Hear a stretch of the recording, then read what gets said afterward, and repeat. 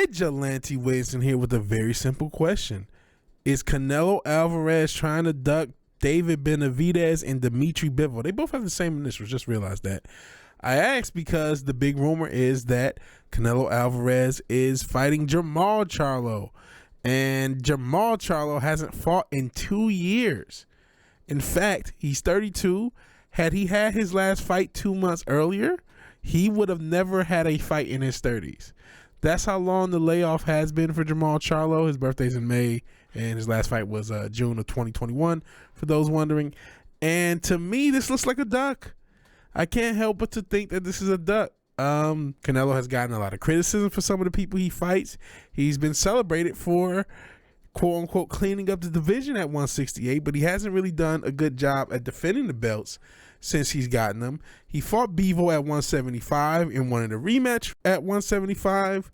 And I'm of the theory that the WBC also kind of helped him. I don't know this for a fact because I don't go to Eyes Wide Shut parties, but they wouldn't allow the Bivol Better Be a fight at 175.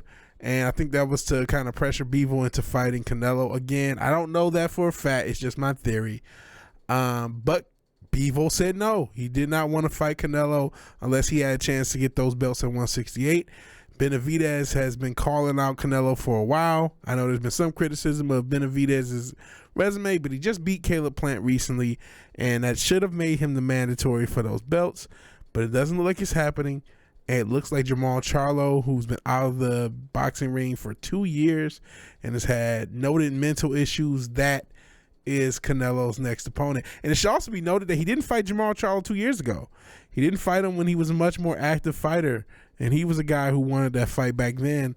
If it is happening, God, this is why, man. You know, and I hate to say that because Jermall's a good fighter, but in no way, shape, form, or fashion should his comeback fight be Canelo Alvarez. He should definitely get a tune-up or something like that before he gets into a fight like that. I get it. The payday is going to be huge.